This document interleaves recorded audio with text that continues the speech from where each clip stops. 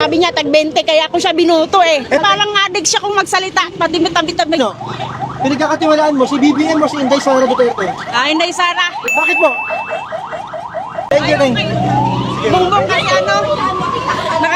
hindi siya yung sa mga interviews niya, Sino po? yung napapaya ang Pilipinas dahil sa niya, parang yung Sino po? Si BBM? sagot niya sa mga, Si BBM po? opo, Bakit po napapahiya, ma'am? nakita ko sa mga Facebook, parang adik siya kung magsalita, patimit-tamit-tamit. Ma'am, teka lang, sandali, may tatanong ako. Ganon eh. Nabanggit mo yan, oh. Ikaw ba naniniwala ka na nagbabangag ang presidente? Hindi ko po alam, pero yung sa itsura niya kasi ganun. Pero naniniwala po ba kayo?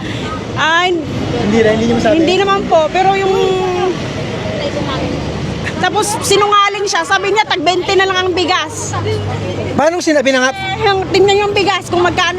Pero ma'am, meron po ba siyang sinabi na gagawin niya 20? Pinangako niya ba?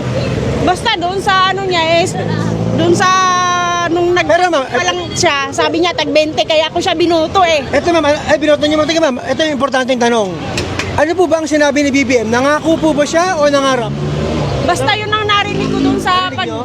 doon sa nung tumakbo pa lang siya. Sabi niya tag-20 na lang ang bigas. Kaya So- sa bigas. Binoto niyo siya? Ang dami nang nagugutom dahil sa bigas na yan. Binoto niyo ba siya? Binuto ko siya pero hindi ko na siya ibubuto. Okay, thank you ma'am. Thank you.